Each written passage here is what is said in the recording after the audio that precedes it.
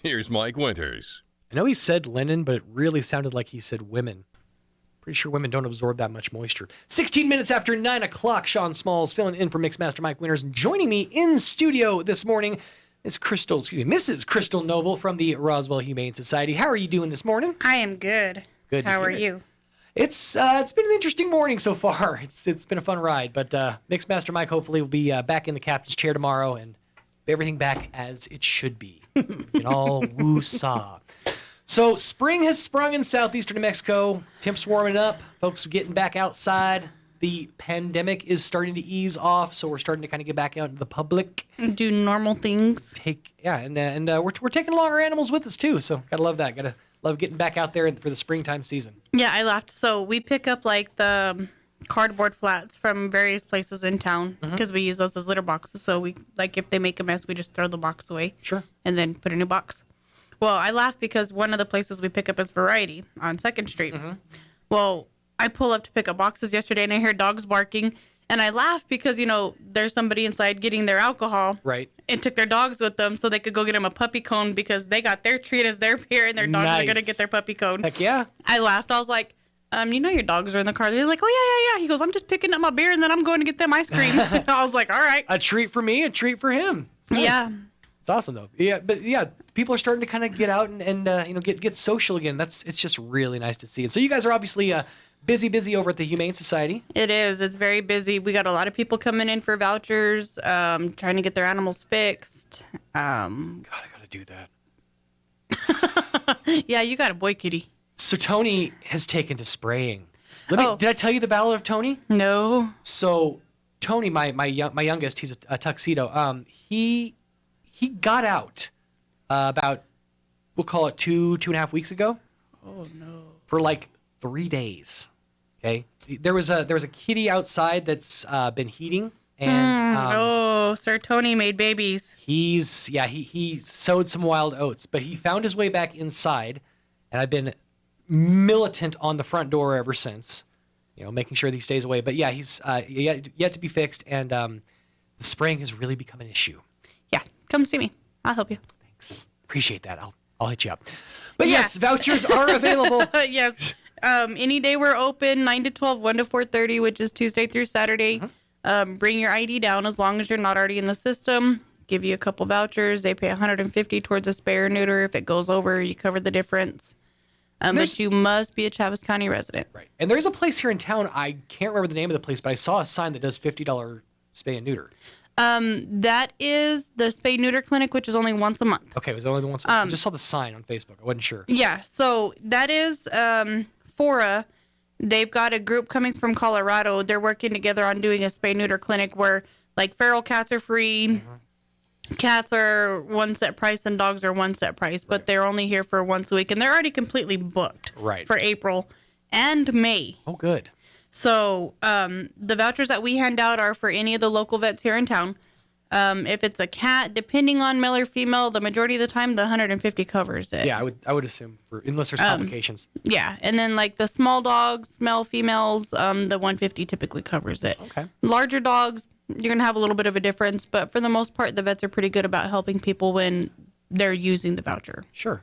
Now, are you guys seeing, I'm just curious, are you guys seeing an increase in say, for example, more dogs showing up, more kitties showing up? Because, folks are starting to kind of transition into the new season. So right now, our main issue is a lot of people are owner releasing their larger animals because the cost of food has almost doubled. Yeah. And, I have 2 large dogs, and their bag of dog food used to be $38, and it's now $58.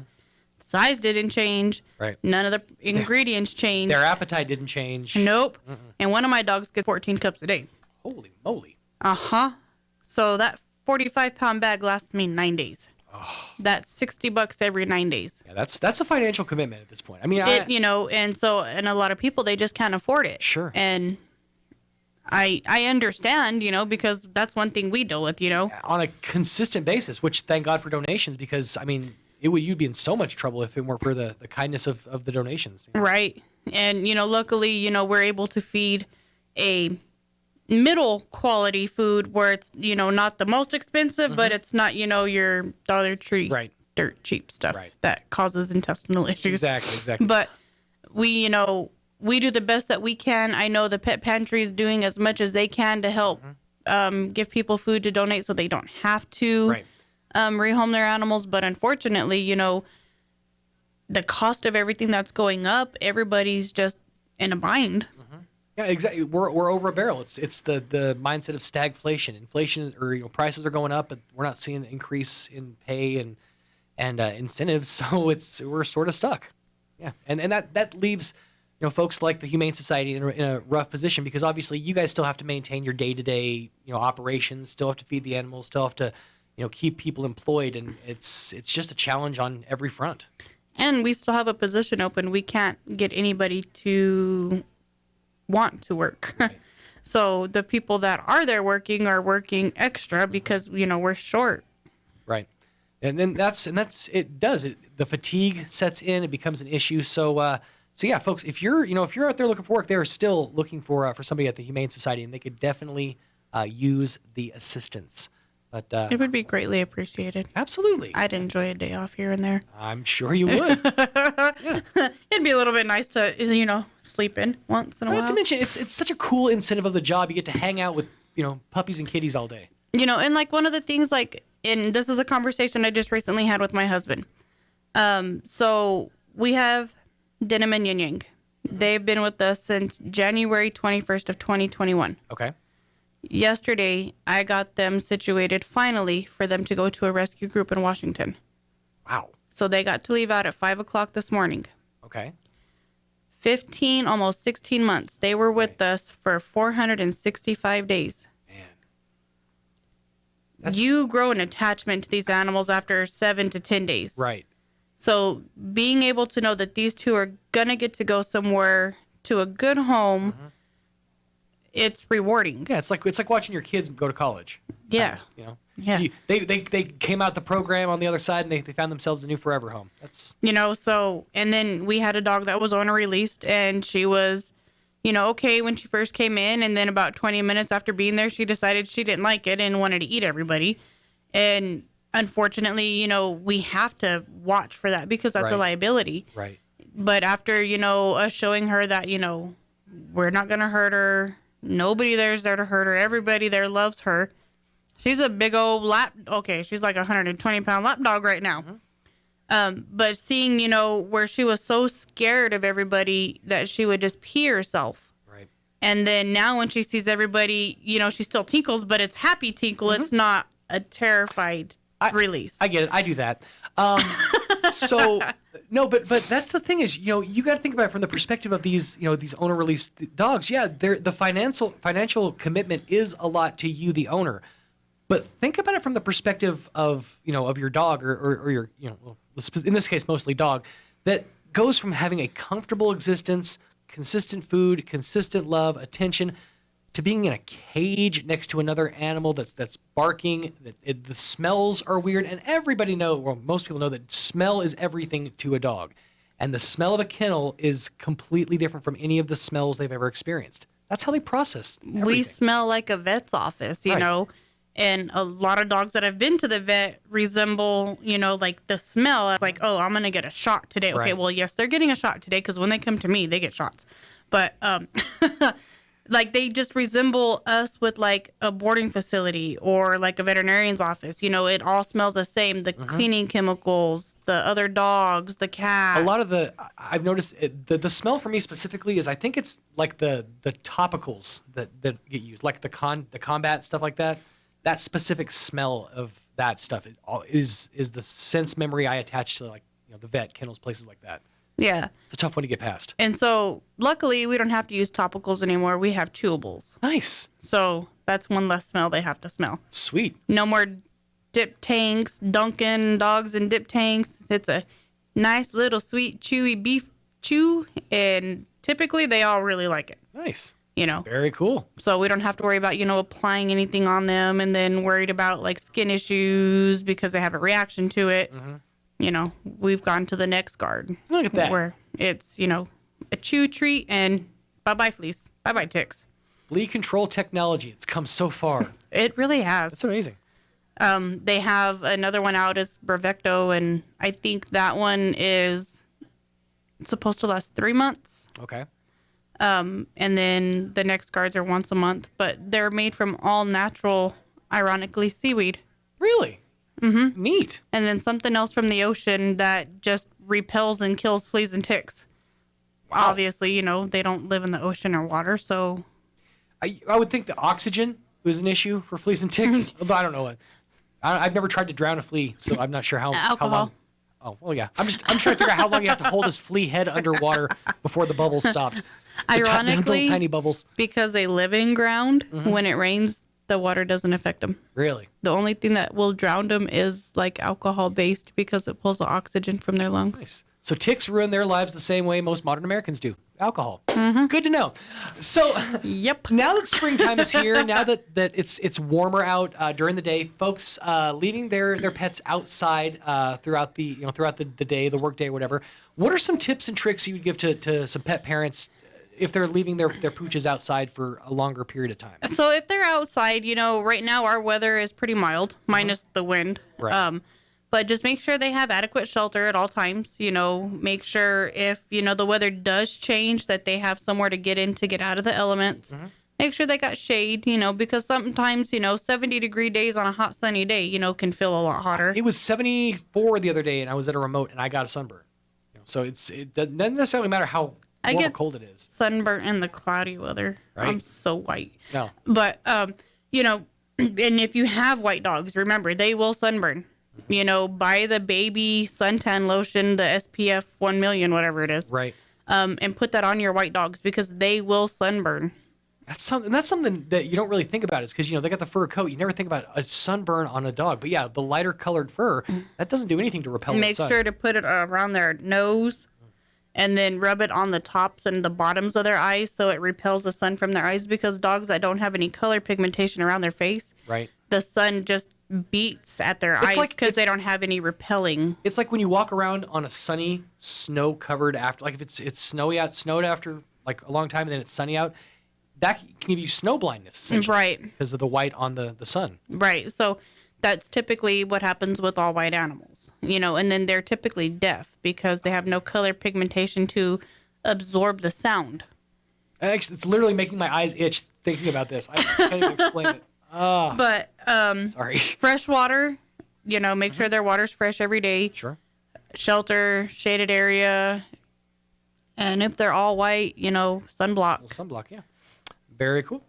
Some toys to play with, you know, give them some mind toys. You know, they've got the treat teasers where you fill it full of treats, but the dog actually has to bang the treat around or the toy around in a certain way to get a treat to extract. Like solving a puzzle almost. Okay. Expanding the elasticity of your dog's brain. I like it. And that, you know, that keeps their brain occupied so that way they're not tearing up stuff. They're toying. They're playing with toys. Yeah, they're gaming at that point. That's really cool. Gaming for dogs. Yeah, gaming, exactly. Gaming for pups. Very cool. So walk us through the process. We do this, we talk about this pretty much every time, but let's go through the process of the adoption. So when you want to adopt a cat, the cats are strictly indoors only. Right. If there are children in the household, we do require meet and greets with the children. Other family members that live in the household. So we basically require everybody that lives in the household to be present for a meet and greet to make sure that that animal gets along with everybody in the family.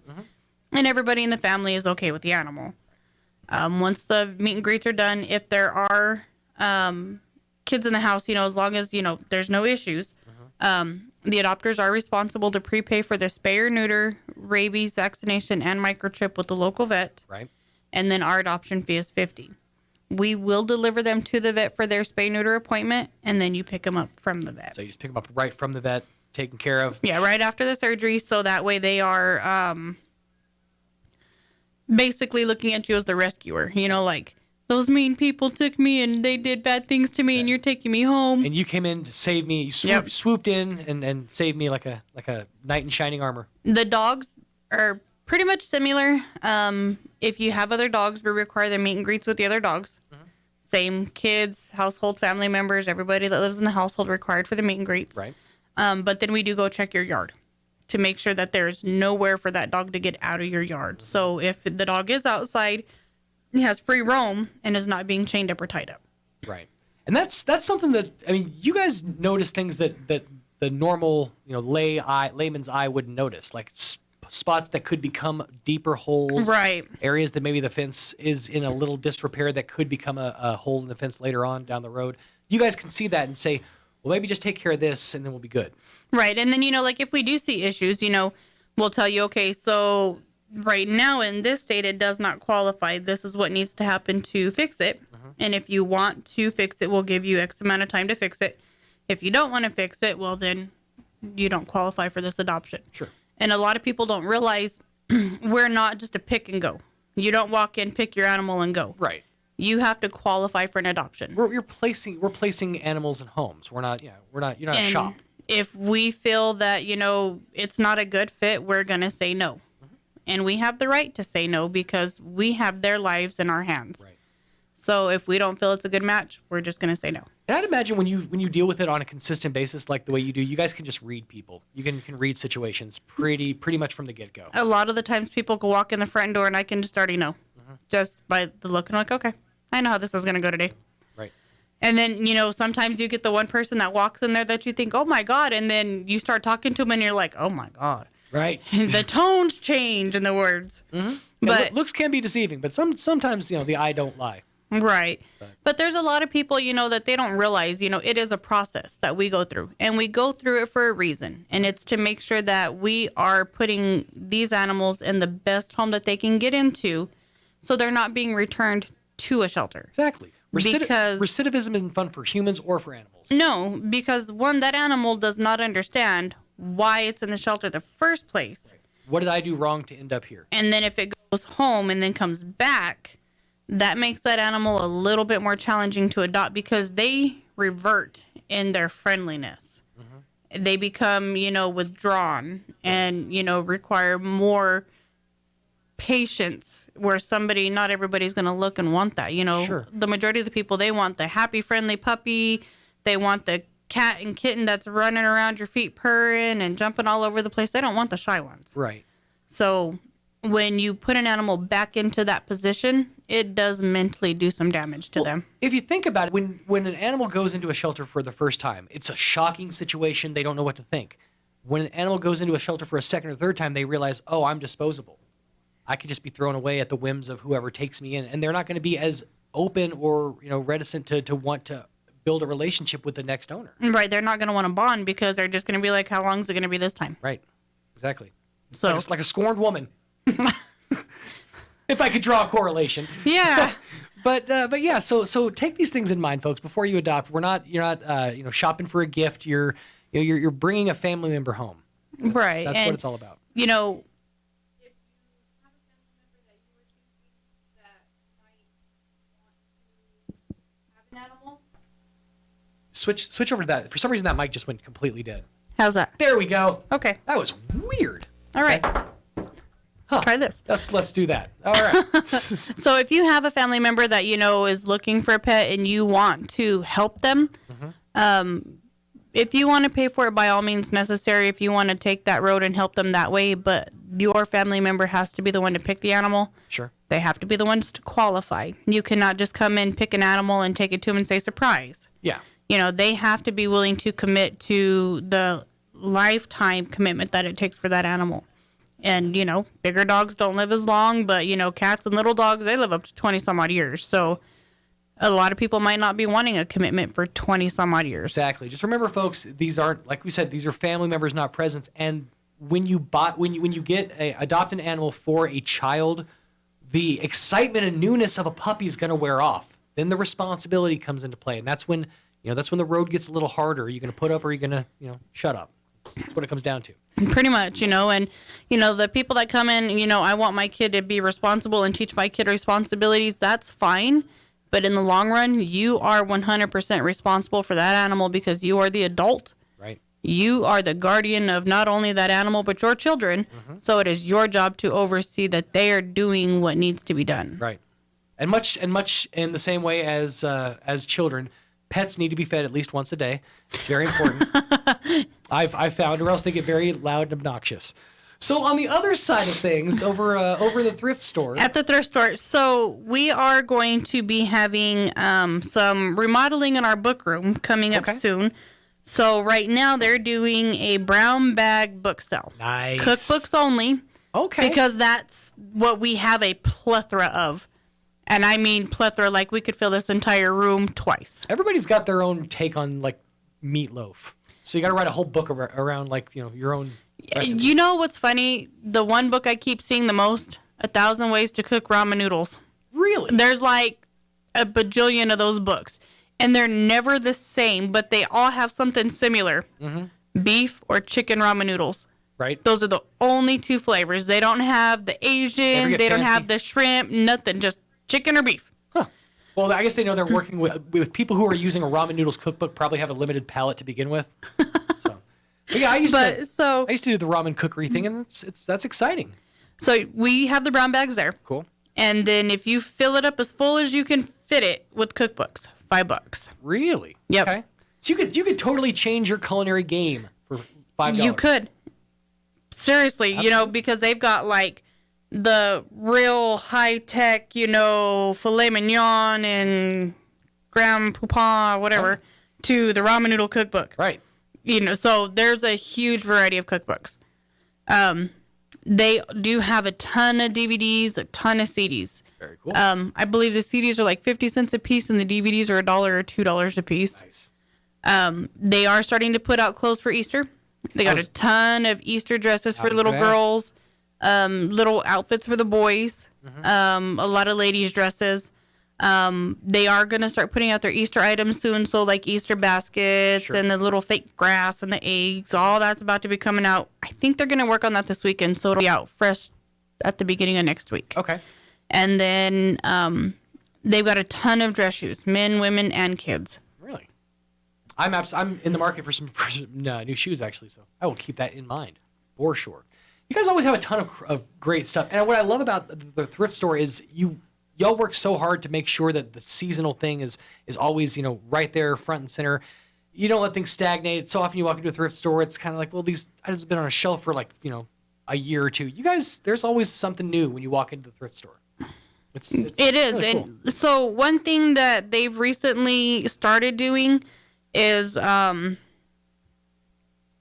not going to say like recycling, but like they'll move stuff around. Mm-hmm. So if it's set on this rack for a week and nobody bought it, when they're going through like restocking, they'll pull it off and they'll put it on another rack. Okay. To see if, somebody will find it on this rack. Right.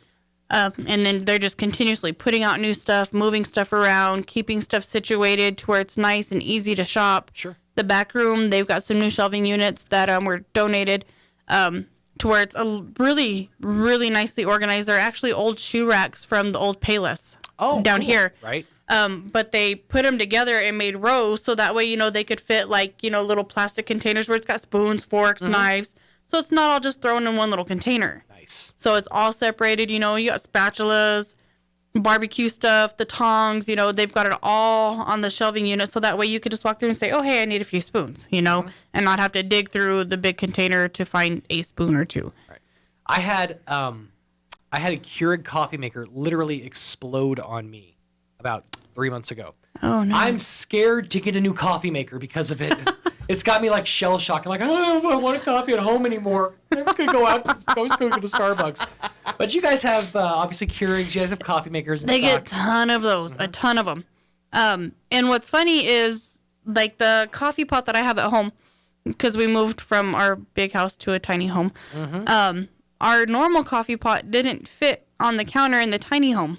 So I was like, crap, I need a smaller coffee pot because there is no way I'm going to work in the morning without at least a few sips of coffee because everybody will die. Oh, yeah. Makes sense. So I go over to the thrift store and I tell Camille, I go, I need a tiny coffee pot for my tiny home. So she's like, here's a little coffee pot. And I go, okay, I need something a little bit bigger and not that tiny. I go, because that's not even enough That's a me cup. Well, that's not even enough to get the day going. Right. So she's like, okay, there's some over here. So at any given time, like I can say, oh, hey, I need something, and she will have, if not that item I need, something close enough to get me by. Right. And I'm a Tupperware fanatic. Dude, same. I love it. Versatile. It's great. You It's know, incredible. and I like the glass bottoms with the plastic lids. They've got to stack together and organize. 90% of my Tupperware has come from the thrift store. Really? Because people will get them as gifts and give them, and then they're like, oh, they don't fit with my kitchen decor, and then donate them brand new in the box. I love people that adhere to kitchen decor because people like me who could give a crap, we come out on the other side winning. Because most of my Tupperware comes from Cool Whip. If I'm being honest. Cool Whip, can't believe it's not butter, Parquet. So that, and my husband laughs because before we got married, when I had my house, he had his house. I had like a china hutch and a half full of like just kitchenware, like Tupperware. But then on this side, like if I make something that I'm going to give to somebody, I have like the butter containers that it goes in. So that way, hey, if you don't return this, I'm not going to be mad and haunting you. Not gonna break my heart if you don't return my I can't believe it's not butter container. Yep. Well, and then I started being sarcastic, and I told him, I go, hey, because I would take him lunch. I go, hey, where's my containers? And he goes, I was supposed to keep those? And I was like, no, I'm kidding. Right. Well, we laugh, but growing up, and this is, I don't know if you had this growing up, I think it was Bama Jelly. Had the jars with like the designs on the sides. We had a set of those jelly jar cups, glasses growing up, and every kid I talked to from that age had those glasses. Yeah, and it's that's what you finish the jelly, and then that's what you would use to get milk, tea, whatever in. You did not throw those away. My grandpa made those into his shop, like with the screw lids. Oh yeah. He had a rack in his shop that he would nail the lids to. And then he would fill those jars with like this type of nail, that type of screw, and then he would just screw it up. That's genius. That's a life hack before life hacks were a thing. That's awesome. And then he would do the same thing with like mason jars. And then my grandma had like the old milk jugs, like jars where they would deliver them at your front door. Right. My grandma would still use those. She'd go to the store and buy milk, but then she'd put it in that glass jar. Which you got to think milk tastes better coming out of a glass bottle. If Coke tastes so much better coming out of a glass bottle, milk has to also, right? So does beer, by the way. You're not wrong. You are not wrong. You are not wrong. So we're veering off topic, obviously. But yeah, the thrift store has lots of they do cool items. And kitchen stuff galore. So if you love kitchen stuff, that's the place to go. It's got to be tough for you, though. I mean, having such limited space now. In your new spot. It really is. My husband. Okay, so a lot of my kitchen stuff is packed because our oven is not a full-size oven. Right. So the other day I was like, oh, I was going to make garlic toast. And I was like, oh, my God, where's my kitchen stuff? And he goes, in a tote. And I was like, all right, whatever. So I pull out aluminum foil, and he's like, what are you doing? I was like, I am making my own cookie sheet.